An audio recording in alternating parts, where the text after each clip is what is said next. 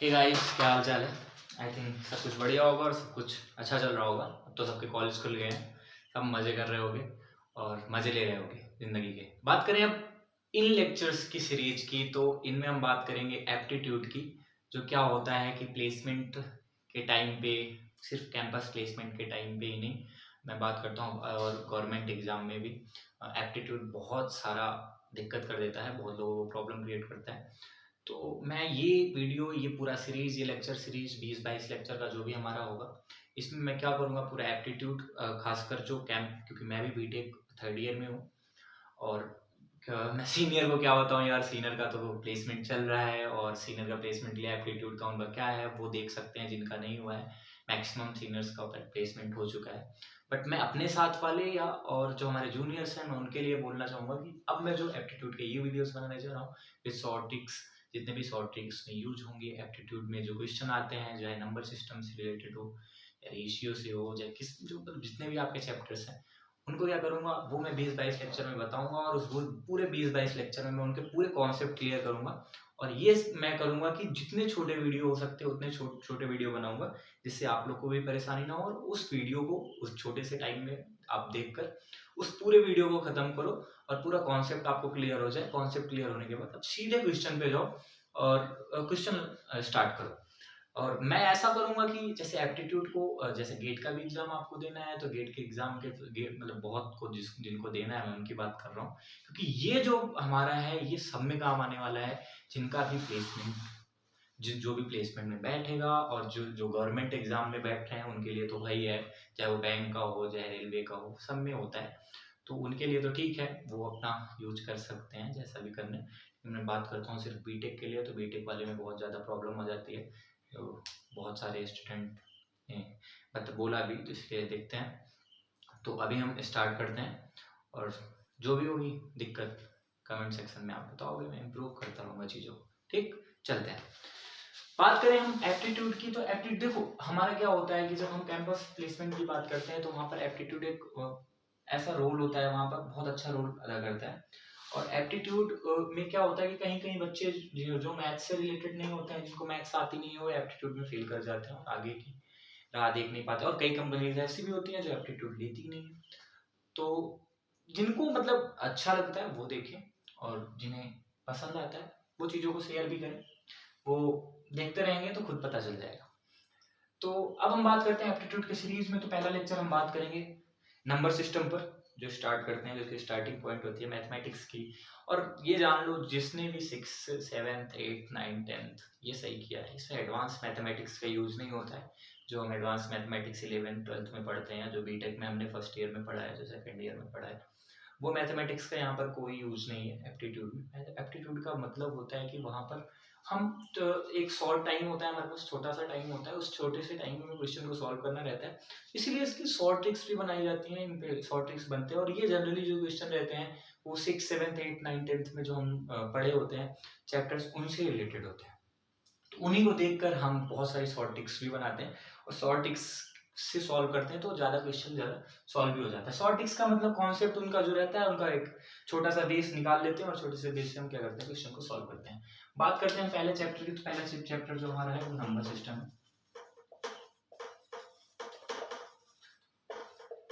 देखो number system की बात करें तो जनरली हम जब नंबर सिस्टम की बात करते हैं तो नंबर सिस्टम में अलग अलग जो नंबर होते हैं उनको इतना भी मैं अब ये नहीं बताऊंगा छोटे बच्चों जैसे, आप आपके पास दिमाग है, आप खुद जान रहे हो।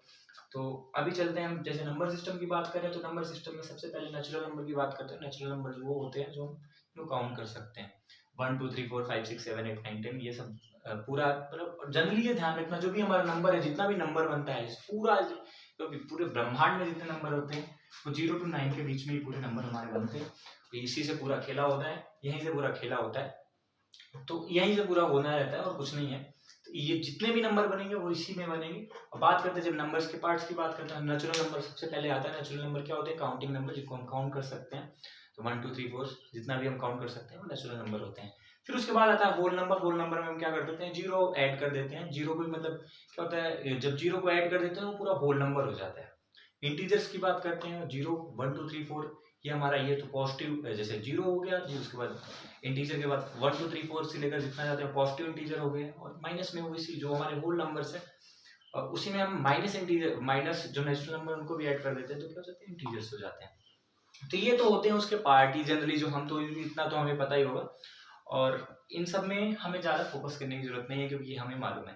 बात करते हैं इवन नंबर। इवन नंबर क्या होता है? जो दो से डिविजिबल होते हैं, और नंबर दो से डिविजिबल नहीं होते हैं। प्राइम नंबर, प्राइम नंबर ध्यान रखना, दो तीन चीजें प्राइम नंबर के बारे में मैं बता देता हूँ क्योंकि क्या होता है चीजों को प्राइम नंबर कभी कभी दिक्कत कर देता है। तो प्राइम नंबर में क्या करते हैं, प्राइम नंबर का ध्यान देना, सबसे जो बड़ी बात होती है प्राइम नंबर की, प्राइम नंबर की जब हम बात करते हैं तो प्राइम नंबर में सबसे इंपॉर्टेंट चीज ध्यान में रखना है, जो भी आपको पता है प्राइम नंबर क्या है, एक से क्या है, डिविजिबल है, एक से होना चाहिए, कुछ से होना, ठीक है। सबसे बड़ी चीज ये होती है इसकी कि सिर्फ इसके दो फैक्टर होते हैं, दो फैक्टर, इसके अलावा कोई फैक्टर नहीं होता। कोई भी प्राइम नंबर होगा वो सिर्फ ओनली टू फैक्टर होंगे उसके। टू फैक्टर में कौन कौन है? एक तो वो 1 से डिवाइड होगा, सेकंड वो सेल्फ से हो, उसके अलावा प्राइम नंबर का कोई ऐसा फैक्टर नहीं होगा जो आएगा प्राइम नंबर की। ये सबसे सबसे बड़ी बात तो ये होती है। और जो भी उसकी डिफिनेशन है वो आपको क्या ध्यान रखना है, वो नॉन प्राइम है वो आप जान रहे हो, उनके 2 और मोर देन फैक्टर होंगे, नॉन प्राइम होंगे, ठीक। तो ये प्राइम की बात होती है। ये सब हमारे नंबर्स होते हैं, ऑड इवन इतनी यही सब नंबर्स हैं और कुछ बात नहीं होती है। और चलते हैं आगे, और ज्यादा मायने नहीं रखता, कोई भी चीज ज्यादा मायने रखता, और सब बुक में भी दिया रहता है। तो मैं यहाँ पर ये सब बातें नहीं करूंगा, थियोरेटिकल बातें नहीं करूंगा यार, क्योंकि मैं एडवांस मैथमेटिक्स का टीचर हूँ, तो ये ज्यादा ये इन सब चीजों पे झोला जामे में विश्वास नहीं करता। चल आता हूँ कॉन्सेप्ट पर, सीधे कॉन्सेप्ट पे बात करता हूँ। तो क्योंकि जो चीजें कॉन्सेप्ट से रिलेटेड है, जैसे क्वेश्चन पूछे जाते हैं हमारे एप्टीट्यूड में, उस पर बात मैं करता हूँ, ठीक है। चलते हैं अपने कॉन्सेप्ट पे, ध्यान देना। अब आते हैं हम नंबर सिस्टम की, जो मेन कॉन्सेप्ट है, जो हमारे काम आने वाली है। जब हम नंबर सिस्टम के आगे चलते हैं तो उसमें क्या होता है कि अभी देखो ध्यान देना, एक चीज मैं भूल गया प्राइम नंबर। ये जो प्राइम नंबर है, इसको जैसे बड़ा प्राइम नंबर है तो इनको पहचानते कैसे हैं? इसमें कि n square greater than p का रूल लगता है। अब n स्क्वायर जैसे मैंने कहा p कोई भी नंबर है, ध्यान देना, p कोई भी नंबर है, मैंने जैसे p को ले लिया 137। अब मुझे बताना है ये प्राइम है कि नहीं प्राइम है। अब मैं कैसे बता दूंगा ये प्राइम है कि नहीं? बड़ा नंबर है और ये तो मान लो 1 से है 137। अब ये और किसी से डिवाइड होगा कि नहीं होगा ये मैं बार बार थोड़ी चेक करूंगा, डिविजिबिलिटी का रूल सब तो ये थोड़ी लगाऊंगा। 2 से मान लो ये नहीं है, दिख रहा है सीधे कि 2 से ये नहीं होगा, फिर मान लो जितने भी हमारे इवन नंबर है उनसे तो नहीं होगा। आगे चलते हैं, फिर सबसे मैं थोड़ी चेक करूंगा। तो इसके लिए ये रूल होता है स्क्वायर ग्रेटर देन और इक्वल पी। क्या है हमारा? ये नंबर दिया हुआ है, इसके अकॉर्डिंग हम क्या करते हैं, एन स्क्वायर क्या होता है, एन ध्यान देना कि इसका ऐसा नंबर, ये एन स्क्वायर, एन को मैं ऐसा लूंगा जो ये पी है, पी से बड़ा होना चाहिए। जैसे मैं 12 की बात करूं, अगर मैं 12 का स्क्वायर कर दूं तो क्या आ जाएगा? 144 आएगा। 144 क्या है? 137 से बड़ा या इसके इक्वल होना चाहिए। तो मैं यहाँ पे क्या कर दूंगा, एन स्क्वायर मैं ऐसा लिख सकता हूँ, ऐसा कुछ लिख सकता हूँ। अब ध्यान देना, अब 12 के बाद, ये 12 के बाद जितने भी हमारे नंबर है, अगर ये n की वैल्यू मुझे हमें क्या मिल गई? 12 मिल गई। n के 12 के नीचे की जितनी भी प्राइम नंबर्स है, 12 के नीचे के प्राइम नंबर्स की बात करूं तो कौन कौन से प्राइम नंबर है? 12 के बाद क्या है प्राइम नंबर? 11 है। 11 के बाद बात मैं करता हूँ किस क्या है? 7 है। 7 के बाद बात करता हूँ तो क्या है? सीधे अब आपका क्या है? 5 है। 5 के बाद बात करता हूँ तो क्या है? 3 है। उसके बाद बात करता हूँ तो क्या है? 2 है ना? यही है। अब देखो यहाँ पर ये जितने नंबर्स हैं, क्या इन नंबर्स में से जितने नंबर हमारे पास है, ये नंबर कोई सिंगल नंबर इसको डिवाइड कर रहा है? अगर नहीं कर रहा है देन, अगर कर रहा है तब तो ये प्राइम नहीं है। अगर सिंगल नंबर इसमें से कोई इसको डिवाइड नहीं कर रहा, मतलब ये 1 को तो हटा दो, 1 तो मैं नहीं ले रहा हूँ, सॉरी 1 को क्यों ले लिया हमने? 1 तो 2 इतना है, 1 तो 1 और सेल्फ से तो हो गई, वो तो मैंने पहले बता दिया प्राइम का। ये नंबर में से अगर ये डिवाइड नहीं कर रहा है कोई, ये प्राइम नहीं। बात मेरी समझ रहे हो? ओ सॉरी, प्राइम है, प्राइम है, और अगर डिवाइड कर रहा है देन प्राइम नहीं है। क्लियर हुई ना बात मेरी? ये इसका प्राइम को पहचानने और ना पहचानने का तरीका होता है, ये ध्यान रखना। बात करते हैं अब डिविजिबिलिटी पर। डिविजिबिलिटी की क्या होती है, 2 से डिविजिबिलिटी क्या होती है, लास्ट डिजिट क्या होना चाहिए आपका, इवन होना चाहिए, कोई भी नंबर है देन वो 2 से डिविजिबल होगा। 3 क्या है, 3 की डिविजिबिलिटी क्या है, ऐसे बहुत सारे सभी बुक्स में मिल जाएंगे आपको, जिनको पढ़ लेना होता है और कुछ नहीं। 3 की डिविजिबिलिटी क्या है, 3 में क्या करते हैं, पूरे जितने भी नंबर दिए हुए उनको प्लस कर देते हैं। प्लस करने जैसे मैंने कहा कि मैं 3 की डिविजिबिलिटी की बात करूं, मैं 9 ये क्या है, डिविजिबिलिटी की यही है, क्या करते हैं दोनों को, जैसे मैंने कहा 99 एग्जांपल लिया आपका, 99 क्या करते हैं हम दोनों को ऐड करते हैं, तो ऐड करने के बाद क्या गया 9 + 9, जैसे दोनों को ऐड किया 9 9 क्या हो गया 18, 18 क्या है 3 से डिविजिबल है, तो क्या होगा ये नंबर भी क्या होगा 3 से डिविजिबल होगा। सेम कहानी 9 के साथ है, 9 के साथ 9 की डिविजिबिलिटी का क्या है, 9 की डिविजिबिलिटी का भी यही कहानी है। 9 की डिविजिबिलिटी की कहानी ये है कि अगर कोई नंबर, जो भी नंबर दिया हुआ है वो उनको, उनके नंबर में जो भी सिलेक्टेड नंबर है वो नंबर अब निकालते हैं। जैसे कोई भी नंबर दे दिया, मैंने कहा 138 है, अब 138 को मैं देखूंगा कि 9 से डिविजिबल है या नहीं है, मैं क्या करूंगा 138 को प्लस करूंगा सभी नंबर इसके, तो क्या हो जाएगा 8 3 तो 11 हो गया, 11 12, अब यहाँ से 12 क्या 9 से डिवाइड हो रहा है, 9 से नहीं हो रहा है, मतलब ये नंबर क्या है 9 से डिवाइड नहीं होगा।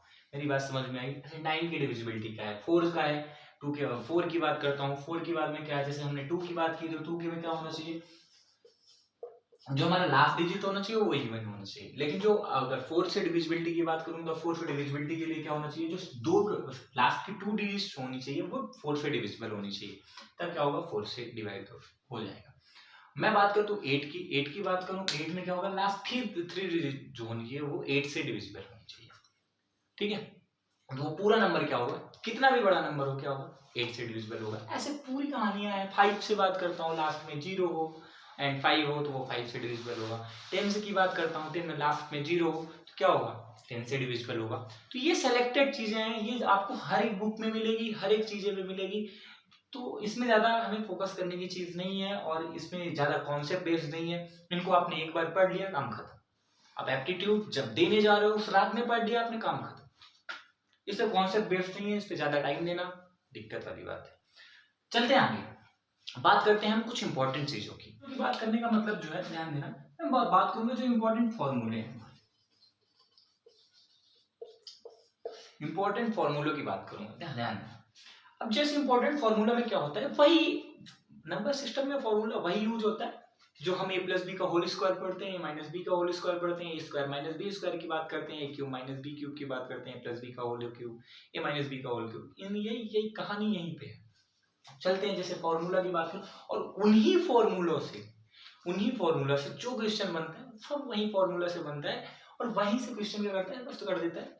आपको थोड़े से टाइम में उसको सॉल्व करना होता है, वो फॉर्मूला पे थोड़ा ध्यान देना होता है। जैसे मैं बात करूं, मैंने कहा a + b का होल स्क्वायर आपने क्या कर दिया, a² + b² + 2ab, ठीक है। अब वहां पे सेकंड फॉर्मूला आ गया, a - b का whole square, a² + b² - 2ab। अब इसी की बात कर दिया, a + b का whole cube, a³ + b³ + 3ab a + b। इसको ओपन भी कर देते हैं कोई, इसको ऐसा भी लिख देते हैं 3a² + 3ab², ठीक है। क्वेश्चन यहाँ से भी कभी कभी ऐसे बन जाते हैं। ऐसे a - b का होल क्यूब की बात करता हूँ तो क्या हो जाता है, a³ - b³ - 3ab a - b, ठीक। अब ध्यान दो, अब ये हमारे मेन फॉर्मूले हैं। अब इसी में कुछ और ऐड कर दो, a² - b² की बात करो तो a - b हो गया, a + b हो गया, a³ - b³ की बात कर दो, ठीक है, और a³ + b³ की बात कर दो, तो ये हमारे मेन फॉर्मूले हैं। जितने फॉर्मूले बनने सब कुछ यहीं से बनना है। नंबर सिस्टम की ये खासियत, ध्यान रखना, जितने भी फॉर्मूले बनेंगे ये जड़ है उन फॉर्मूले। ये जो 5 फॉर्मूले आपको दिख रहे हैं, ये पांचों फॉर्मूले, जितने भी क्वेश्चन नंबर सिस्टम के जो हार्ड क्वेश्चन होते हैं एप्टीट्यूड में, जिनको लोगों को लगता है यार ये क्वेश्चन मुझसे सॉल्व नहीं होंगे, ये बहुत ही हार्ड क्वेश्चन है, वो पूरे क्वेश्चन इसी 5 फॉर्मूले पे बेस्ड होते हैं। और इसी फॉर्मूले में क्या करता है, वो थोड़ा सा खेला खेली कर देता है, और उसमें क्या होता है, बहक जाते हैं लोग। कैसे, देखो, अब वो कह दिया कि उसने 2 नंबर दे दिया, 3 नंबर दे दिया, 4 नंबर दे दिया, कोई वो यही खेला जो हमने यहाँ पे लिया, a और b, a - b, a b, अच्छे खासे नंबर दे देता है, नंबर देने का मतलब उसने बड़े नंबर दे दिया कोई, जैसे मैंने कहा 1005 दे दिया। अब बोला उसने मुझे इसका स्क्वायर बताओ। बच्चे क्या करेंगे, तुरंत इसका स्क्वायर करने लगेंगे, ये करेंगे वो, बहुत बड़ा नंबर दे दिया। मैंने कहा चलो ठीक है, ये उसने कह दिया कि 9999, इसका कह दिया। अब क्या करेंगे बच्चे, बहुत ज्यादा क्या करेंगे, स्क्वायर इसका करने लगेंगे। यार कुछ नहीं करना है, फॉर्मूला का सेंस का यूज करो, आराम से सब कुछ काम हो जाएगा। यहाँ पे देखो मैं क्या कर दूँ, अगर इसको ये क्या 10,000 है, -1 कर दो, इसका स्क्वायर कर दो। ये इतनी बार जीरो है, इसको जीरो जीरो किया, तुरंत प्लस माइनस किया, काम खत्म, आ गया हमारा आंसर। फॉर्मूला का यूज करना है। जैसे अभी यहाँ पर ध्यान देना आप लोग, ये वाली कहानी जो है ना, ए क्यूब प्लस बी क्यूब, ए क्यूब माइनस बी क्यूब, ये कहानी बहुत अलग है थोड़ा। दो फॉर्मूले इसके यूज होते हैं, लेकिन कभी कभी क्या होता है कि जो हम फॉर्मूला यूज करते हैं, जैसे इसका इन दोनों का फॉर्मूला एक होता है, इन दोनों A cube plus B cube की बात करता हूँ, तो A cube plus B cube का बात करता हूँ, एक तो होता है A plus B, A square plus B square minus A B, ये formula. A cube minus B cube क्या हो गया, A minus B, A square sorry A square plus B square plus A, ये हो गया। अब ध्यान देना, एक ये फॉर्मूला हो गया इसका, जब क्वेश्चन इस टाइप के दिए हो तो आपको यहां पर वैल्यू पुट करनी होती है। दूसरा formula A cube minus B cube और ए क्यूब प्लस बी क्यूब का बनता है यहां से, इनको इधर ला देना होता है, इनको इधर ला देना होता है। जैसे मैं अगर बात करूं A cube plus B cube की, तो यहां से क्या फॉर्मूला बन के आए, ए प्लस बी का whole cube minus 3ab into A plus B. ध्यान से देखो, यही फॉर्मूला बनेगा। कभी कभी ऐसी वैल्यू पूछ लेता है कि ए प्लस बी की वैल्यू क्या है, ए प्लस बी की वैल्यू आपने निकाल दी, क्वाड्रेटिक इक्वेशन को ऐड कर देता है। क्वाड्रेटिक इक्वेशन में थोड़ी सी क्या होता है, चीजों को नॉर्मल करता है और उनकी क्या कर देता है, ये हमारे सम वाली बात करता है, रूट्स के सम की, सीधे वैल्यू पुट कर देता है। जैसे यहाँ पर क्या होता है, A cube minus B cube, आपने इधर ला दिया तो क्या बन जाएगा फॉर्मूला, ए माइनस बी का whole cube plus 3ab into A minus. तो दो फॉर्मूले आपके मिल रहे हैं, एक तो ये मिल रहा है ये, और एक ये। कहानी यहीं पे ज्यादा होती है, इसलिए ध्यान से देखना इन चीजों को, कुछ है नहीं इसमें, बस फॉर्मूला ध्यान रखना होता है और कुछ नहीं। नॉर्मल फॉर्मूले हैं, नॉर्मल चीजें हैं, तो ध्यान रखो और कुछ नहीं होना होता है, ध्यान रखना। और दूसरी चीज, थोड़ा सा चीजों को ध्यान रखना कि जैसे दो तीन फॉर्मूले ऐसे होते हैं, A cube plus B cube plus C cube minus 3abc, फिर उसका क्या होता है, A plus is equal to, हम क्या पढ़ते हैं, A plus B plus C into A square plus B square plus C square minus A B minus B C minus C. तो और जहां पे A plus B plus C 0 हो गया, then A cube plus B cube plus C cube is equal to 3abc हो जाता है। ये सब चीजें ध्यान रखना होता है, ये सब आपको सभी बुक्स में मिलेंगी, ये बताने की मुझे कोई जरूरत ही नहीं है। मैं चल रहा हूँ सिर्फ आपको चीजों को यहाँ पे कॉन्सेप्ट समझाने, और चीजें क्या क्या है, चीजें कितनी नॉर्मल है एप्टीट्यूड में, जो आप 6 में पढ़ते थे, 7th में पढ़ते थे, 8th में पढ़ते थे, 9th में पढ़ते हो, 10th में पढ़ते हो, वही चीजें यहाँ पर रख दी है उसने। और थोड़ी थोड़ी, ऐसा भी नहीं है कि पूरी बहुत ब्रॉड रख दिया, चीजों चैप्टर को बढ़ा दिया, ऐसा नहीं, बहुत थोड़ी थोड़ी चीजों को लिया है। ठीक है, चल रहे हैं। मैं इसीलिए ज्यादा इसका यूज मुझे करना नहीं है, क्योंकि क्वेश्चन मुझे यहाँ पे सॉल्व कॉन्सेप्ट को समझाना है, जहाँ पे इसका यूज आएगा मैं बताता रहूंगा आपको। चलते हैं आगे, बात करता हूँ मैं आगे। जैसे ये तो फॉर्मूला हो गया, डिविजिबिलिटी की बात कर दी, अब आते हैं फैक्टोरियल की बात आती है। क्या होता है फैक्टोरियल, जब हम फैक्टोरियल की बात करते हो, क्या होता है फैक्टोरियल। मैंने कहा कोई m जो है वो पॉजिटिव इंटीजर, ठीक है। अब क्या करना है कि मुझे कोई n का इसका फैक्टोरियल निकालना है, फैक्टोरियल n की वैल्यू क्या होगी, तो इसका दो नोटेशन है, दो नोटेशन है इसका, एक तो ऐसे हम इसको दिखाते हैं, तो एक ऐसे भी दिखाते हैं। तो फैक्टोरियल n की वैल्यू कैसे होती है, ध्यान देना। फैक्टोरियल का कहने का मतलब क्या होता है, फैक्टोरियल बोलता है कि जो हमने जिस फैक्टोरियल वैल्यू की बात की है, उस फैक्टोरियल वैल्यू से लेकर कंटिन्यूअस प्रोडक्ट हमको निकालना है, उसके मल्टीप्लाई 1 तक, लास्ट डिजिट। ठीक है, जैसे मैंने कहा फैक्टोरियल 5 की वैल्यू क्या होगी, तो फैक्टोरियल 5 की कंटिन्यूअस प्रोडक्ट हम करेंगे, कंटिन्यूटी रखेंगे प्रोडक्ट में, जब तक वो लास्ट डिजिट हमारा 1 ना मिल जाए। जैसे 5 इंटू 4 इंटू 3 इंटू 2 इंटू 1 आ गया, छोड़ दिया हमने कहानी। क्या होगी फैक्टोरियल 5 की वैल्यू, अगर मैं यहाँ से काउंट करूंगा तो कितनी आ जाएगी, 120, यही आएगी, देख लो। तो ये ऐसे निकालना, फैक्टोरियल n हो गया सीधे। अगर मैं फॉर्मूला की बात करूँ तो फॉर्मूला आप यहाँ पे देख सकते हो, n into n minus one n minus two into n minus three one, ये होता है फैक्टोरियल का फॉर्मूला। ठीक, ये समझ में आ गया होगा ये फैक्टोरियल होता है। बात मॉडुलस की, नंबर सिस्टम में मॉड की भी बात कर लेते हैं। बहुत अच्छा खासा मायने रखता है। अगर मैं एडवांस मैथमेटिक्स की बात करूँ तो मॉडुलस की डिफिनीशन होती है, मैंने कहा मॉड एक्स का मान निकालना है, मॉड एक्स की वैल्यू चाहिए, तो यहाँ पे क्या मिलते हैं, इसके दो फैक्टर की वैल्यू होती है।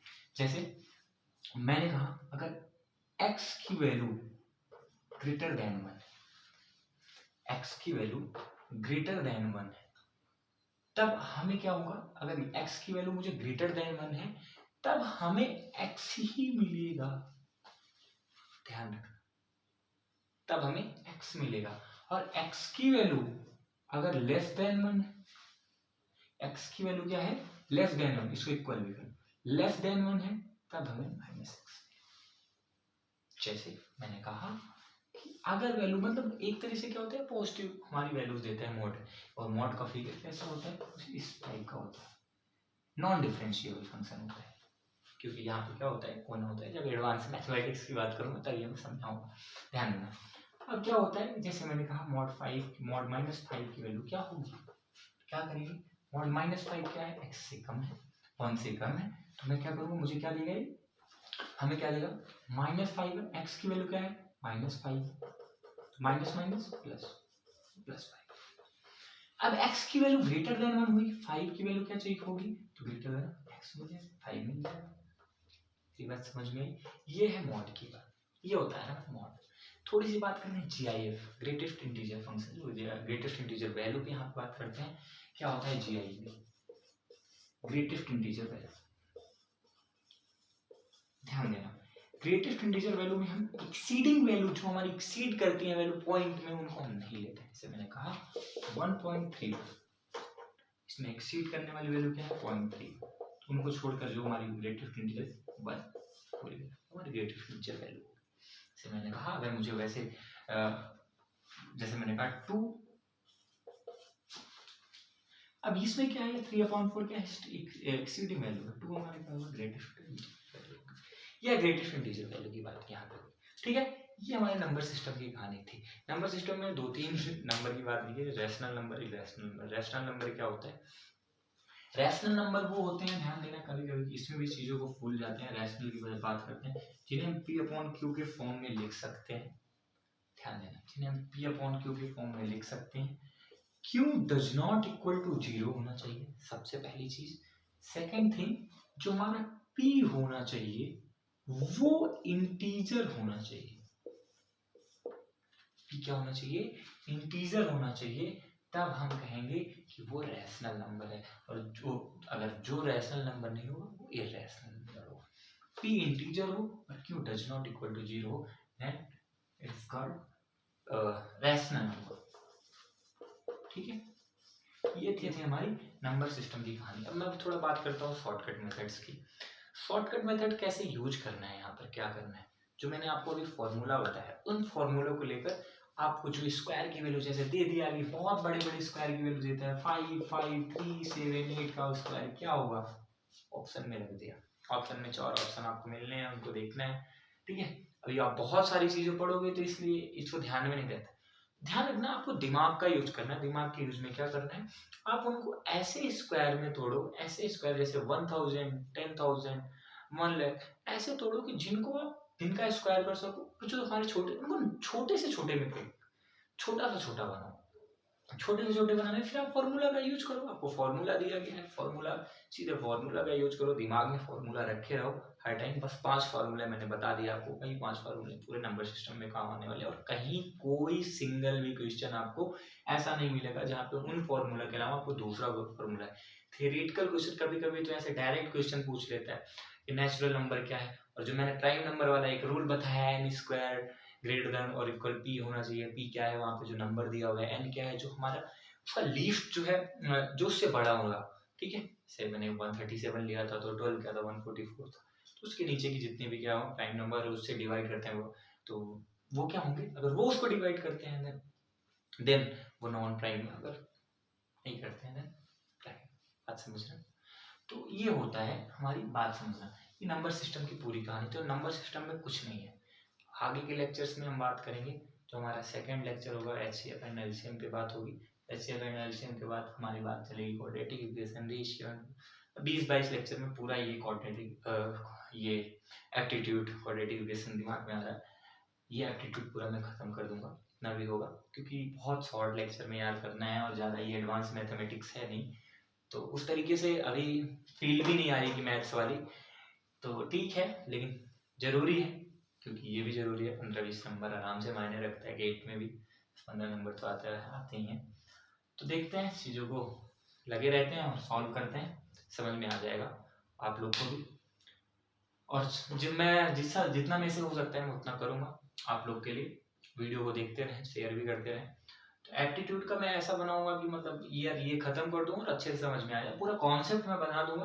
क्वेश्चन आपको सॉल्व करने पड़ेंगे, मैं क्वेश्चन यहाँ पे सॉल्व प्लीज नहीं करा पाऊंगा यार, क्योंकि यहाँ पे अगर मैं क्वेश्चन सॉल्व कराऊंगा तो वीडियो लंबा होगा तो लोग बोर होंगे और देख नहीं पाएंगे। क्योंकि ये जो है मैथमेटिक्स के ऐसे टॉपिक्स हैं इनमें अगर आप ज़्यादा 20-25-30 मिनट से ज़्यादा इसमें टाइम देने लगो ना, तो ये आपको ऐसा लगने लगता है यार क्या हो गया। क्वेश्चन सॉल्व कर रहे हो, क्वेश्चन सॉल्व करने के लिए मैं एप्टीट्यूड सॉल्व करने के लिए मैं सिंपल सा तरीका बताता हूँ। एप्टीट्यूड को आप सिर्फ ज़्यादा से ज़्यादा कंटिन्यूटी रखो।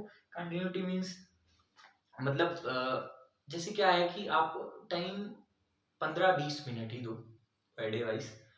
तो पर डे वाइज 15-20 मिनट, जो मैं आप बात कर रहा हूँ जो थर्ड ईयर में है या जो जूनियर्स हैं हमारे, उनकी बात कर रहा हूँ। जूनियर का क्या, फर्स्ट ईयर सेकंड ईयर वाले तो अभी मजे करें, उनके मजे ही मजे हैं। लेकिन जो मैं बात कर रहा हूँ खुद की, मतलब थर्ड ईयर वाले हैं, उनकी बात कर रहा हूँ। 15-20 मिनट ही दो, 15 मिनट ही दो। एक एक चैप्टर निपटाओ, कॉन्सेप्ट पहले क्लियर करो, फिर कॉन्सेप्ट क्लियर करने के बाद एक दिन में जो उसका आर एस अग्रवाल जैसे मेनली हमें यूज करते हैं, आर एस अग्रवाल की बात करते हैं। आर एस अग्रवाल में अभी ये सब तो छोटे मोटे चैप्टर है, और जब आगे बात करते हैं लॉगरिथम वॉगरिथम के क्वेश्चन जब अच्छे हैं, जहाँ पे जो हमें क्वेश्चन फंसाते हैं उनमें जब हम बात चलेंगे तो उसमें बहुत अच्छी अच्छी ट्रिक्स बनाऊंगा जो मैं खुद बनाया हुआ हूँ, और भी आपको जहाँ पे मैंने पढ़ा है वहाँ से देखा है। तो उनसे क्या होगा, चीज़ों को आप जो ट्रिक्स होंगी उनसे सॉल्व कर लोगे, बहुत जल्दी सॉल्व कर लोगे।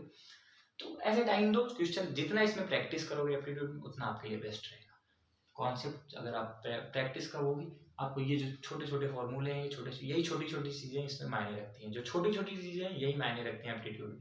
ठीक, तो इसलिए जो मैं यहाँ पे बता रहा हूँ वो कॉन्सेप्ट है, और जितना मैं यहाँ पे बताऊंगा उससे ज़्यादा पूरा कॉन्सेप्ट, पूरा बुक खोज डालना, चाहे आर एस अग्रवाल खोज डालना जो सबसे बेस्ट एप्टीट्यूड की बुक मानी जाती है, उसको खोज डालना है, कोई भी बुक खोज डालना है यार, कहीं पे कुछ नहीं मिलने वाला है इससे ज़्यादा कॉन्सेप्ट इससे। इसलिए लगे रहो हमारे साथ, सिर्फ 20 और 22 दिन पूरा एप्टीट्यूड ऐसे खत्म कर देंगे, ऐसे जल्ला से ऐसे चला जाएगा और दिमाग में भी घुस जाएगा। ठीक है, यहाँ से ऐसे निकलेगा सीधे आपके दिमाग में पहुँचेगा। ठीक, तो लगे रहो मेरे साथ, चीज़ों को शेयर करते रहो, सबके साथ शेयर करो, जूनियर के साथ भी शेयर करो, सीनियर के साथ भी। सीनियर क्या है, सीनियर का प्लेसमेंट हो ही चुका है मैक्सिमम का, तो कोई नहीं। हाँ, गवर्नमेंट एग्जाम वाले जो प्रिपरेशन कर रहे हैं उनके साथ शेयर कर सकते हो, उनके लिए हो सके फायदेमंद हो जाए। तो चलते हैं, ठीक है, that's all for this class, thank you.